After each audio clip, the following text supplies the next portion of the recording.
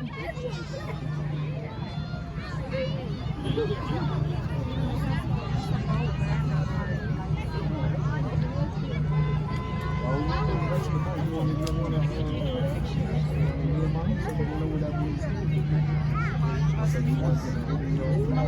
come yours is so brightly?